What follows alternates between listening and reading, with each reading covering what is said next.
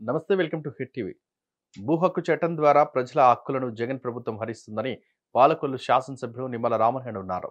గత కొన్ని రోజులుగా రాష్ట్ర వ్యాప్తంగా న్యాయవాదులు రోడ్డెక్కి ఆందోళన చేస్తుంటే కనీసం జగన్ కి పట్టింపు లేదన్నారు. ప్రజల కష్టాలను గుర్తించాల్సిన ప్రభుత్వం ప్రజలను ఏమాత్రం పట్టించుకోవడం లేదని ఆయన ఆవేదన వ్యక్తం చేశారు. సమ్మెలతో అంగన్వాడీలు, వాలంటీర్లు, మున్సిపల్ కార్మికులు, న్యాయవాదులు ధర్నాలు చేస్తున్నారు. ప్రతిరోజు ప్రభుత్వ వ్యతిరేక విధానాలకు నిరసన తెలియజేస్తూనే ధర్నాలు చేస్తున్నారని 2024లో తగిన గుణపాఠం చెబుతారన్నారు. న్యాయవాదుల సంఘం నాయకుడు చెల్ల దానయ్య మాట్లాడుతూ న్యాయవాదులు నిస్వార్థంగా చేస్తున్న ఈ ఆందోళన ప్రభుత్వం పట్టించుకోకపోవడం శోచనీయమన్నారు. సామాన్య ప్రజల హక్కులు కాపాడేందుకు న్యాయవాదులు ప్రభుత్వంపై తిరుగుబాటు చేస్తున్నారని తెలిపారు. ఒక్కో భూమికి ఇద్దరు పాస్బుక్లు, ఇద్దరికి పట్టాలు ఇవ్వడం చాలామంది మన ప్రాంతంలో జరుగుతుంది. వాళ్ళు కొట్టుకు చావంటారు అబ్బాయిని డబ్బులు తీసుకుని ఒక్కొక్కరికి ఒక భూమి ఇద్దరు పాస్బుక్లు, ఇద్దరు పట్టాలు కూడా ఇస్తున్నారు. అటువంటిప్పుడు వాళ్ళు ఎలా తగ్గ న్యాయం చేస్తారు? పైగా దొంగ చేతికి తాళాలు ఇచ్చినట్టుగా ఉంటుంది.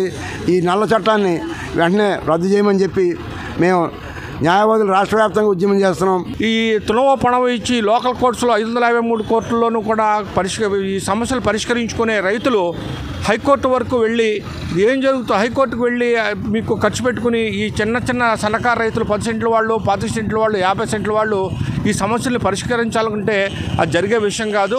తీసుకొచ్చినటువంటి చట్టం వల్ల సామాన్య ప్రజానీకం అంతా కూడా ఇబ్బందులు పడేటువంటి పరిస్థితి. ఇవాళ రాష్ట్ర ప్రభుత్వం ఏదైతే అధికారంలో ఉంటుందో అధికారంలో ఉండేటువంటి వాళ్ళకి మాత్రమే అనుకూలంగా ఉండేటువంటి పద్ధతుల్లో ఈ చట్టాన్ని తీసుకొచ్చారు.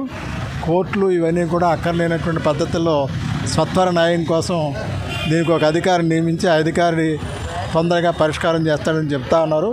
సంవత్సరాల తరబడి ఆందోళన చేస్తున్నా, కోర్టుల చుట్టూరు తిరుగుతున్నా పరిష్కారం కానటువంటిది ఒక అధికారి ఇన్ని సమస్యలను పరిష్కరించేటువంటి పరిస్థితి ఉండదు. ప్రభుత్వం తీసుకొచ్చిన ల్యాండ్ టైటిలింగ్ యాక్ట్ని వెంటనే రద్దు చేయాలి. ఎందుకంటే ఆ చట్టం అమలైతే మొత్తం ఈ రాష్ట్రంలో చిన్న సన్నకారు రైతులు, సామాన్య ప్రజలు చాలా ఇబ్బంది పడే పరిస్థితి ఏర్పడుతుంది. ఇది ఒక రకంగా చెప్పాలంటే ఇది చీకటి చట్టం. ఈ చట్టం ఈ రోజుని మండల స్థాయిలో కానీ జిల్లా స్థాయిలో కానీ సివిల్ కోర్టు లేకుండా, అంటే ఏదైనా సివిల్ తగాదా వస్తే హైకోర్టులోనే పరిష్కారం చేసుకోవాలి. ఆంధ్రప్రదేశ్ రాష్ట్రంలో అంబేద్కర్ రాజ్యాంగం అమలు కావట్ల రాజారెడ్డి రాజ్యాంగం ఈ రాష్ట్రంలో నడుస్తున్నటువంటి పరిస్థితి.